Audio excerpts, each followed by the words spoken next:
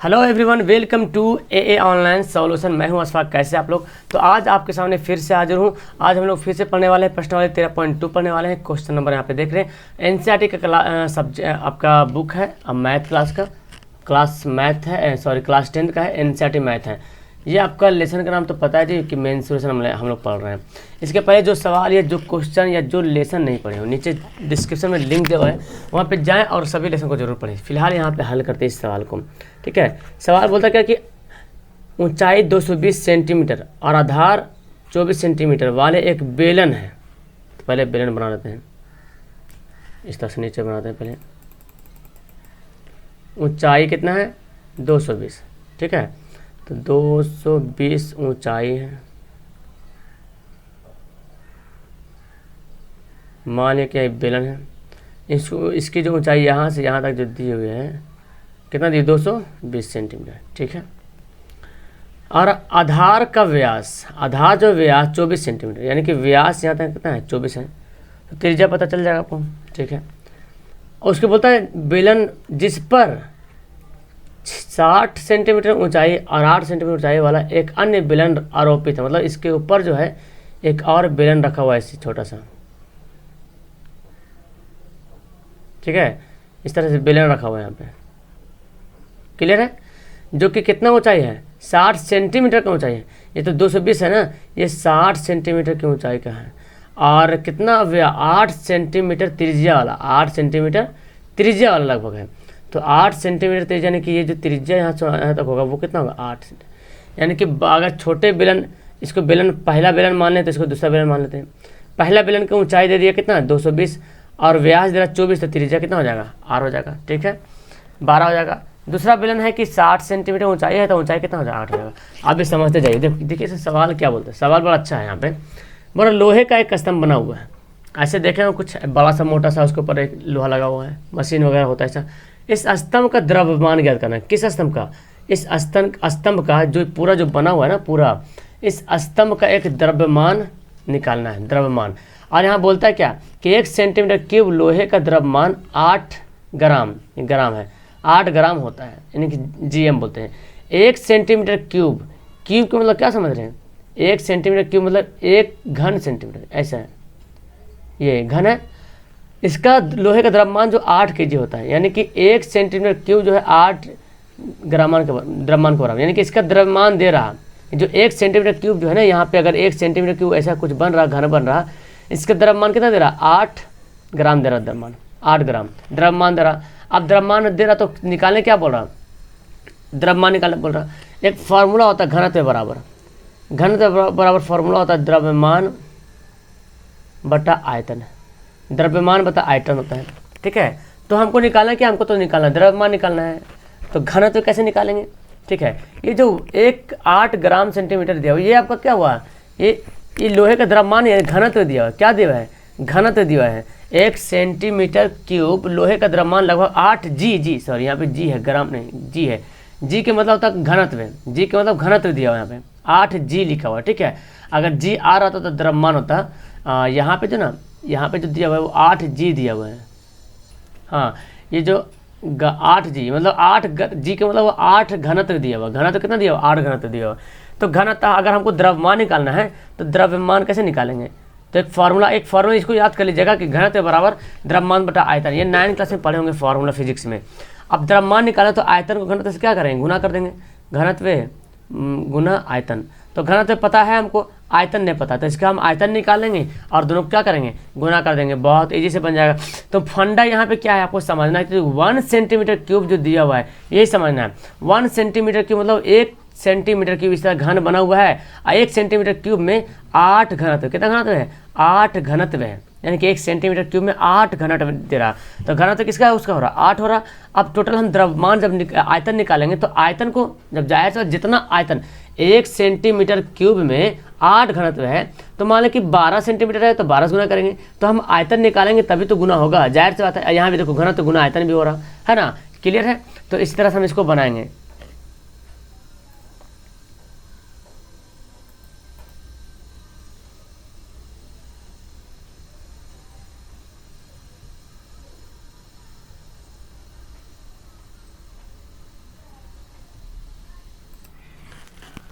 Okay, तो अब हम यहाँ पे लिखते हैं पहला बेलन के बारे में लिखते हैं, ठीक है। पहले बेलन की ऊंचाई यानी कि H1 बोलते हैं, चूँकि पहला बेलन तो इसको H1 नाम दे दिया मैंने, 220। और व्यास यानी कि D1 कितना दिया, 24 दिया है। तो R1 कितना हो जाएगा, त्रिज्या 24/2 यानी कि 12 सेंटीमीटर, ठीक है, ये आ गया। अब जो है ना ऐसा करते हैं, इसका आयतन निकाल लेते हैं, ठीक है, पहले बेलन का आयतन। इसलिए पहले बेलन का आयतन फॉर्मूला क्या होता है, पाई r² h होता है। पाई का मान 22/7, यहाँ पे 22/7 नहीं लेना है, यहाँ पे दिया हुआ है 3.14 पहले से दिया हुआ है, तो जो दिया हुआ है तो फिर उसी को वैल्यू लिखेंगे, है ना, दिया हुआ तो उसी को वैल्यू लिखेंगे 3.14। तो इसको मैं काट से देता हूँ, 1 मिनट, ठीक है, कट गया। 3.14 r² बोले तो कितना है, 12 है, 12 गुना 12, और h कितना है, 220।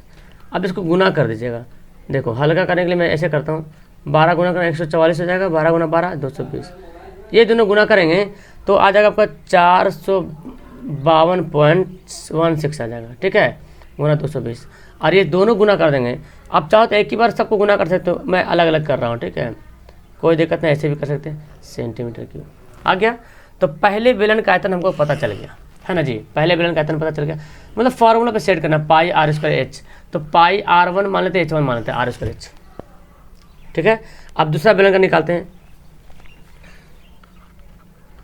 तथा दूसरे बेलन की ऊंचाई,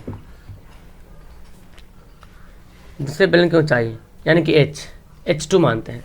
तो दूसरे बेलन की ऊंचाई देखिए कितना है, 60 है, तो यहाँ पे लिख लिया मैंने 60 सेंटीमीटर। इसका त्रिज्या कितना दिया हुआ, 8 सेंटीमीटर दिया हुआ, R2, इसलिए दूसरे बेलन का भी आयतन, दूसरे बेलन का भी आयतन फार्मूला वही होगा, पाई r² h होगा। यहाँ पे R1 R2, यहाँ पे H2, तो पाई का मान हुई 3.14, R कितना दिया 8, तो 8 गुना 8 यहाँ पे लिखना पड़ेगा हमको, है ना, 8 गुना 8 लिख लेते हैं। और फिर हमारा h कितना दिया हुआ है, h दिया हुआ 60, है ना, 60 दिया हुआ है। अब इसको क्या करना है, गुना करना पड़ेगा, लो गुना कर देते हैं, 3.14, 8 8 64 गुना 60। अब ये दोनों गुना कर लेते हैं, तो मैं यहाँ पे लिख देता हूँ, ठीक है, बिकॉज ज़्यादा वक्त लगेगा। इसको गुना करने पे मेरा कितना आएगा, 200.96 गुना कीजिएगा, ठीक है, इसको गुना करेंगे ना तो इतना 200.96 आ जाएगा। और फिर हमारा जो पूरा है, ये देख रहे हैं, ये पूरा जो देख रहे हैं, इसको अगर गुना कर दें तो आ जाएगा 12,057.60, हो गया। तो पहला बेलन का आयतन, दूसरा बेलन का आयतन निकाल लें। अब पहला बेलन का आयतन, दूसरा बेलन, यानी कि कुल आयतन अगर चाहे तो क्या करेंगे, स्तंभ का आयतन अगर निकालना चाहे तो दोनों को जोड़ देंगे, है ना, इसलिए स्तंभ का आयतन बराबर क्या करेंगे, पहले बेलन का आयतन प्लस दूसरे बेलन का आयतन। तो पहले बेलन का आयतन मैं निकाल चुका था, यहाँ पे देखिए कितना था, 99,475.20, 99,475.20। और दूसरा बेलन कितना है, 12,057.60। इन दोनों क्या करेंगे जी, इन दोनों को जोड़ देते हैं। तो जोड़ना तो ईजी है ना, ईजी जोड़ना के लिए 0 0 0 0 हो जाएगा, 6 2 8 हो जाएगा, है ना, और फिर क्या 7 5 12 के 2 बाकी 1, इस तक पूरा जोड़ते हैं। और इधर भी 7 5 12 1 3 3 बाकी 1, 0 और 4 कितना होगा, 4 1 बाकी 5 हो गया। और फिर देखिए 9 और 2 11 के बाकी 1, और 9 1 10 1 11, इतना आ गया सेंटीमीटर क्यूब। ये टोटल जो हमारा आयतन निकल गया। अब हमको क्या निकालना है, अब हमको निकालना है क्या, अब हमको निकालना है द्रव्यमान। क्या निकालना है, द्रव्यमान निकालना है। तो एक ये पूरा क्या आयतन निकल गया, और पहले से दे रहा कि 1 सेंटीमीटर क्यूब में कितना आयतन, 8 आयतन दे रहा है। 1 सेंटीमीटर क्यूब में 8 आयतन, तो इतना सेंटीमीटर क्यूब में कितना आयतन होगा, चूँकि दिया हुआ है हम लिख लेंगे, चूँकि 1 सेंटीमीटर क्यूब में घनत्व बराबर 8 है ना, इसलिए 11 कितना हो गया 1532.80 में घनत्व कितना होगा, तो 8 से क्या करोगे गुना कर दोगे, सिंपल सी बात है 8 से गुना करना पड़ेगा 1532.80। ठीक है, अब तो इसमें कुछ बचा नहीं है ना, गुना कर दीजिए, यही हमारा आंसर हो जाएगा। इसको जब गुना करेंगे तो ये हमारा क्या होगा आंसर हो जाएगा। तो मैं यहाँ पे लिख लेता हूँ इसका आंसर। ओके, तो इसको गुना करने पे हमारा आ गया कितना 89262.4, इसको गुना कर लीजिएगा। ठीक है, इतना आएगा जी, यानी कि घनत्व आएगा। अगर ये आंसर अगर घनत्व दे रहा तो ठीक है, और अगर आंसर किलोग्राम में आपको देता है, आंसर केजी में देता है, किलोग्राम में आंसर देता है, तो किलो में बनाने के लिए क्या करेंगे, एक हाथ से गुना भाग कर देंगे, है ना, सिंपल सी बात, एक हाथ से क्या करेंगे भाग कर देंगे।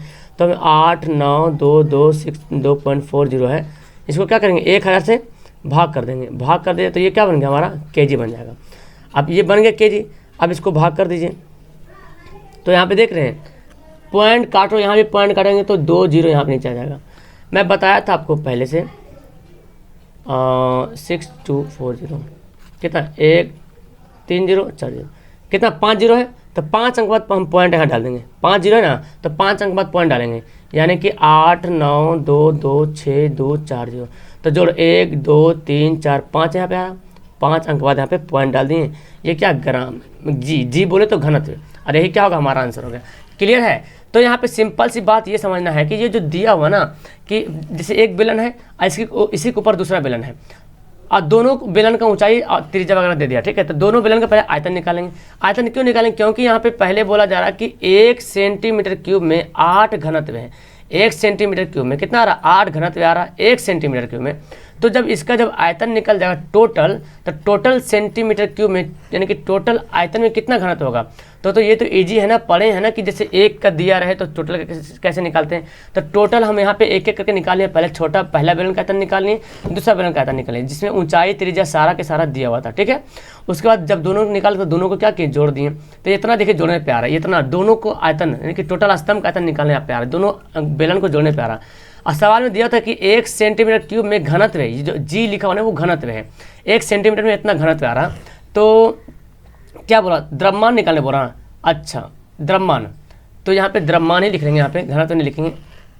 चलो ये आ गया, तो हमारा एक घनत्व ये जो निकलेगा ना, ये द्रव्यमान निकले केजी, क्योंकि केजी को किससे मापते हैं, केजी को मापते हैं द्रव्यमान से, इसलिए द्रव्यमान बराबर इतना।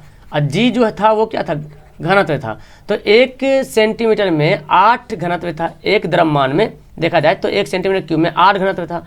तो इस तरह से जो इतना सेंटीमीटर क्यूब निकला उसको 8 से गुना कर देंगे तो हमारा इतना द्रव्यमान निकल जाएगा। ठीक है, तो इस तरह से हमारा ये सवाल नंबर 6 जो है क्लियर हो गया। ओके, तो सवाल नंबर 6 देखें। सवाल नंबर 6 से थोड़ा सा अच्छा वाला सवाल है ना, इसको ध्यान से आपको देखना पड़ेगा। सॉरी, सवाल नंबर 7 होगा, 1 मिनट। ओके, तो देखिए सवाल नंबर 7 है। ठीक है, सवाल 7 यहाँ पे पढ़ने वाले, बहुत अच्छा सवाल है, इंटरेस्टेड सवाल है, और बस आपको सिर्फ समझने भर देरी, समझ जाएंगे सवाल एकदम इतना इजी इतना आसान हो जाएगा कि आप उम्मीद भी नहीं कर सकते कितने इजी सवाल है। ठीक है, देखिए क्या बोलते हैं, एक ठोस, एकदम ध्यान समझे जो मैं समझा रहा हूँ, एक ठोस है और ठोस में ऊंचाई 120 सेंटीमीटर और त्रिज्या 60 सेंटीमीटर का एक शंकु सम्मिलित है, यानी कि एक ठोस बना हुआ शंकु है। चलो शंकु पहले बना लेता हूँ, इस तरह से शंकु बना हुआ है। ठीक है, ये शंकु बना हुआ है, शंकु की ऊंचाई कितना बोल रहा है 120 सेंटीमीटर, यानी कि ये जो ऊंचाई है ना शंकु का वो है 120 सेंटीमीटर और त्रिज्या 60 सेंटीमीटर। ये जो त्रिज्या देख रहे हैं ये कितना है, त्रिज्या ये जो देख रहे हैं वो है 60 सेंटीमीटर, जो कि 60 सेंटीमीटर त्रिज्या वाले एक अर्धगोले पर आधारित है। यानी कि जो एक इसका पता चल रहा है कि ये जो ठोस है ये सिर्फ शंकु नहीं है बल्कि यहाँ पे अर्धगोला भी, यहाँ पे देखो ये अर्धगोला भी है। और अर्धगोला की त्रिज्या कितना दे रहा है, ये त्रिज्या यहाँ त्रिज्या बोलो, यहाँ त्रिज्या को वही त्रिज्या बोल रहा, क्योंकि इसी पे रखा हुआ शंकु, गोला पे ही शंकु रखा हुआ है, तब जब जो शंकु की जो त्रिज्या होगी वही गोला की त्रिज्या। और यहाँ पे लिख भी दे रहा जो कि 60 सेंटीमीटर त्रिज्या वाले एक अर्धगोला पर आरोपित मतलब रखा हुआ है। इसका मतलब गोला का भी त्रिज्या ऐसे, ये एक ठोस ये है। क्लियर है, समझ में आ रहा, एक ठोस है जिसकी ऊंचाई 120 सेंटीमीटर, किसकी ऊंचाई 120 सेंटीमीटर और त्रिज्या 60 सेंटीमीटर वाला एक शंकु सम्मिलित है, यानी कि शंकु के बारे में दे रहा कि 120 सेंटीमीटर शंकु की ऊंचाई है और त्रिज्या 60 सेंटीमीटर। अब ये जो शंकु है ना वो 60 सेंटीमीटर अर्धगोले पर रखा हुआ है, तो 60 सेंटीमीटर त्रिज्या वाला अर्धगोला है, तो त्रिज्या भी चूंकि सेम रखा हुआ तो त्रिज्या तो बराबर ही होगा, ठीक है। अब ये क्या करता है कि इस ठोस को पानी से भरे एक लंबवृत्तीय बेलन में डाल देता है, सीधा बेलन बनाता हूं मैं, देखिए ठीक है, बेलन है।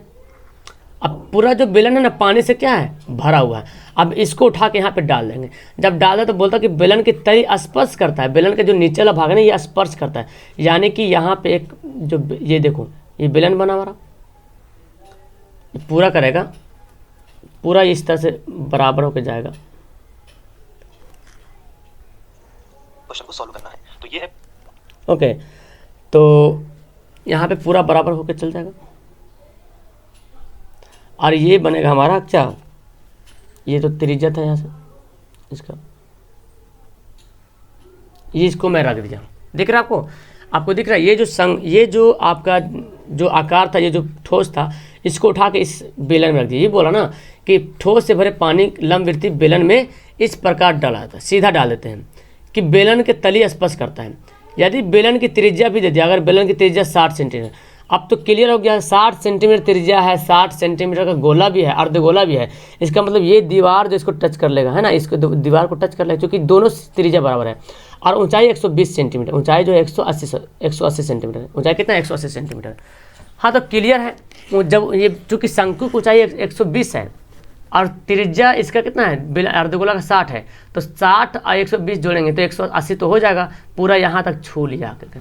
तो बोलता है कि शेष बेलन में बचे पानी का आयतन, तो जाहिर से जब बेलन में डालेंगे, जब बेलन में ये ठोस पूरा डाल देंगे तो जो इतना दूर तो जो जगह ले वो पानी नीचे गिर जाएगा, तो अब पानी बचेगा कहाँ, तो बोलेंगे सर ये जगह बाकी नहीं, इसमें पानी बचा हुआ रह जाएगा, इसमें पानी बचा रह जाएगा, यहाँ पे पानी रहेगा, यहाँ पे पानी रहेगा, ये तो पूरा सटा हुआ यहाँ पे पानी रहेगा, है ना। तो हम कैसे निकालेंगे, तो सिंपल से इसका फंडा क्या करना है जी, ये बेलन इस शंकु का भी आयतन निकालना है और बेलन अर्धगोला का आयतन, जब भी ऐसा कंडीशन है तो आयतन निकालना है। क्या निकालना है, आयतन, क्षेत्रफल नहीं बल्कि आयतन निकालना है। तो शंकु का भी आयतन निकालेंगे और अर्धगोला का भी आयतन निकालेंगे, दोनों आयतन को क्या करेंगे, जोड़ देंगे, और एक तरफ बेलन का भी आयतन निकालेंगे, और इसका जो पूरा का आयतन जो है बेलन के आयतन में से क्या करेंगे, माइनस कर देंगे, बेलन के आयतन में से क्या कर देंगे, माइनस कर देंगे, तो आपका क्या होगा, आंसर पता चल जाएगा, है ना। इसको पहले ये तो ठीक है, यहाँ पे मैं बना दिया। चलो यहाँ पे हल करते, लिखते हैं यहाँ पे जो दिया हुआ है, हल में लिखते हैं। पहले क्या क्या दिया उसको पहले लिख लेते हैं, ठीक है। शंकु की ऊंचाई दे दिया, एक एक करके निकालते जाएंगे। शंकु की ऊंचाई बोलो या एच बोलो, जो भी बोलो, कितना दिया 120 सेंटीमीटर, और शंकु की त्रिज्या भी दे दिया, कितना दिया 60 सेंटीमीटर, ठीक है। और तो पहले इस तरह से ऐसा करता है, एक एक करके निकालते जाते हैं, इसलिए शंकु का आयतन, चूँकि जान रहे आयतन निकालना जरूरी हमको पड़ेगा, 1/3 पाई आर स्क्वायर एच।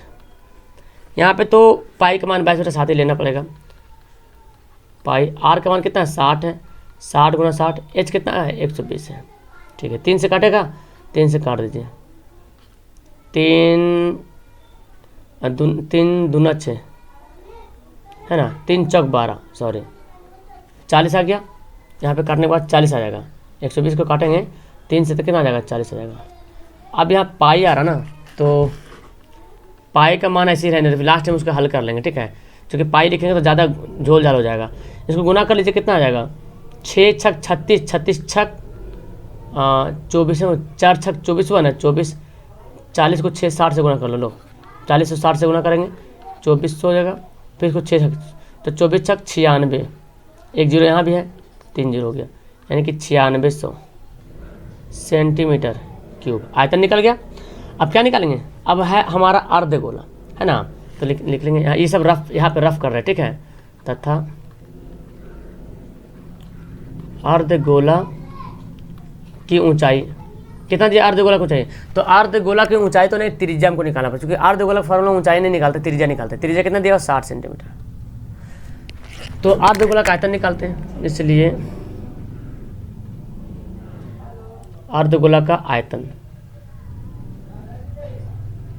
क्या होता है, आयतन 4/3 अर्ध है ना, तो 2/3 pi r cube, 2/3 pi r cube.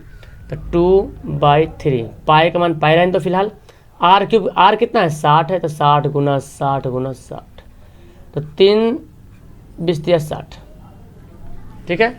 आप इसको गुना कर दीजिए तो कितना आएगा, 6 छक 36 आ जाएगा, और ये 2 20 दूना 40, कितना आ गया। तो 6 चक, ये तो 3 0 बन जाएगा, 6 चक 24 के 4 बच्चा 2 4 3 12 13 14, कितना आ गया 144 पे 3 0, ठीक है। तो 2/3 पाई आर क्यूब, पाई का मान लिख लिए, पाई हम पाई हल करेंगे लास्ट में एक बार, ठीक है, टेंशन ना लीजिए, पाई एक बार हल कर लेंगे।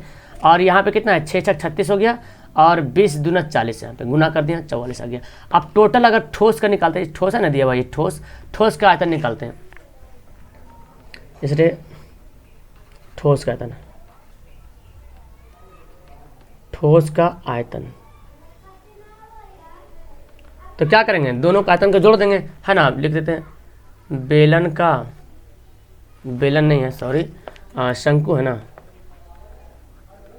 शंकु का आयतन प्लस अर्धगोला का आयतन। तो शंकु का आयतन हम निकाले थे, कितना आया था 96,000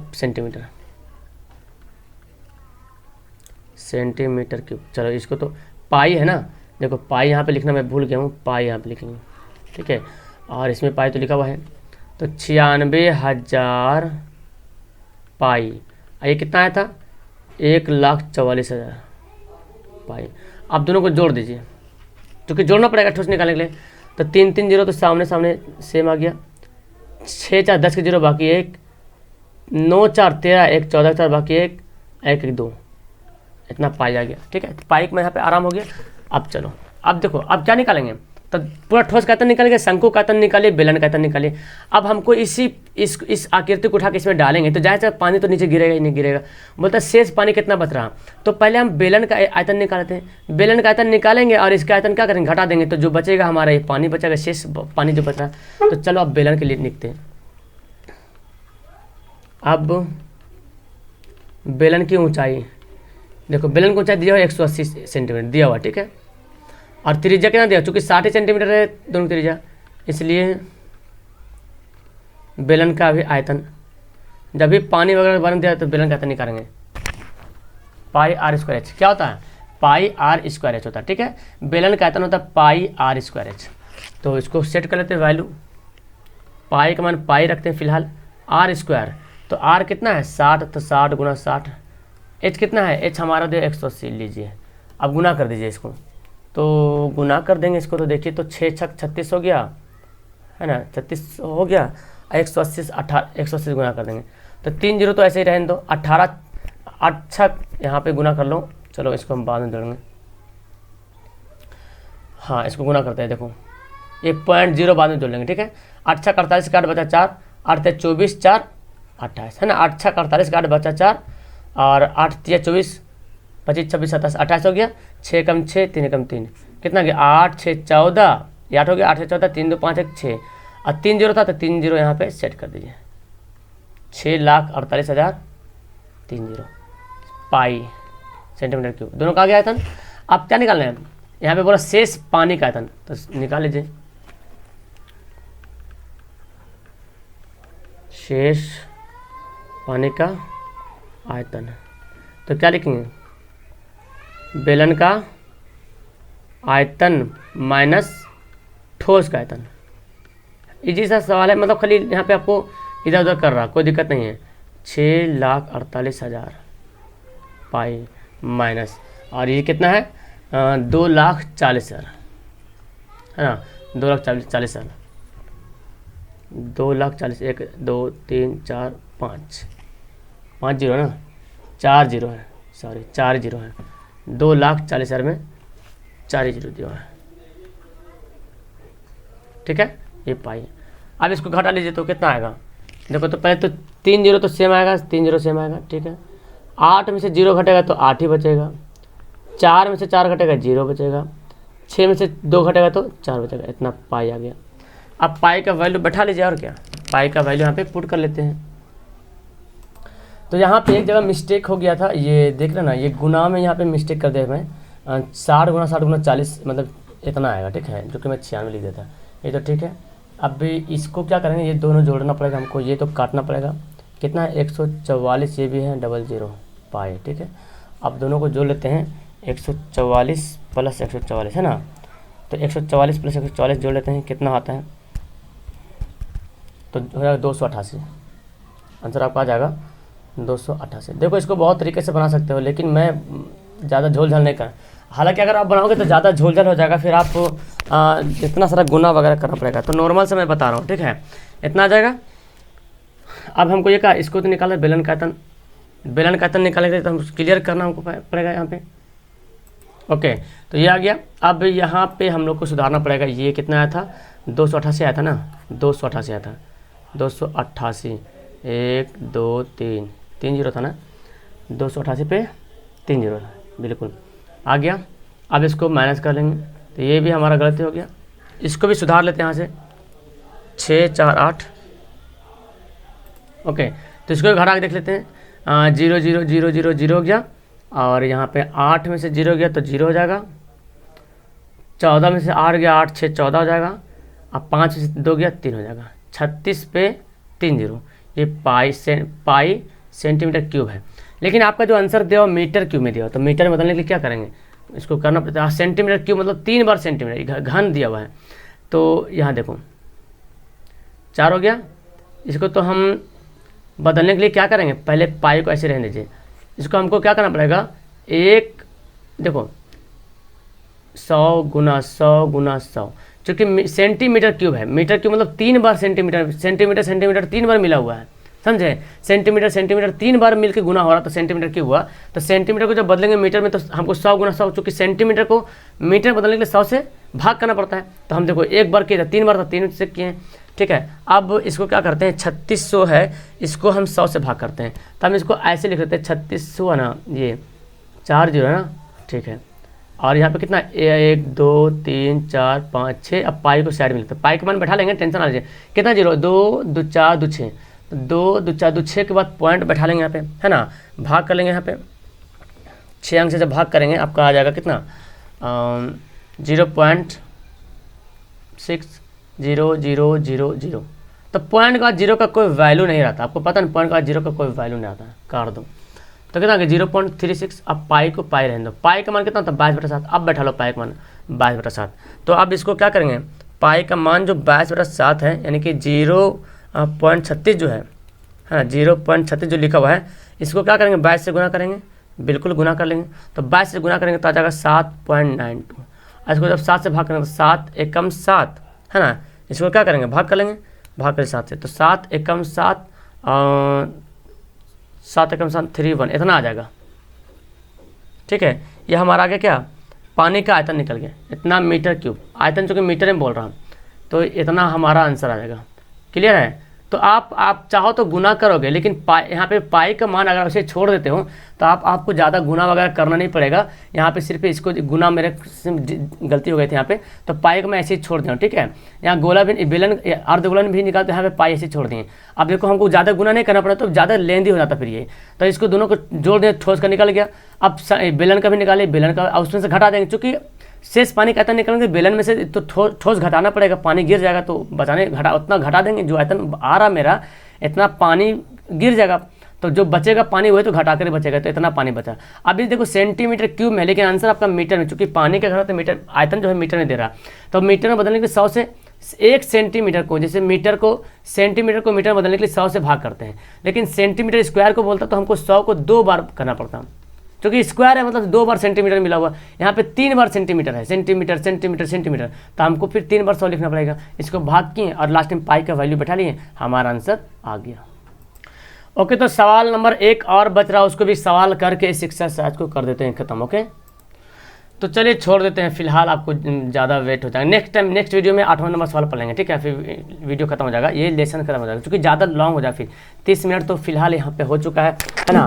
तो 2 क्वेश्चन था लॉन्ग, 8 नंबर सवाल, अब कम से कम 15 से 20 मिनट तो हो ही जाएगा, है ना। नेक्स्ट वीडियो में इसको कवर कर लेंगे, ठीक है। समझ में आ गया सवाल, तो इसको फिर से बनाइए आप, और प्रैक्टिस कीजिए, एकदम इजी सा, कुछ नहीं दिक्कत, बस आपको समझने भर की देरी इसमें है। Okay, that's all, thank you everyone, have a nice day.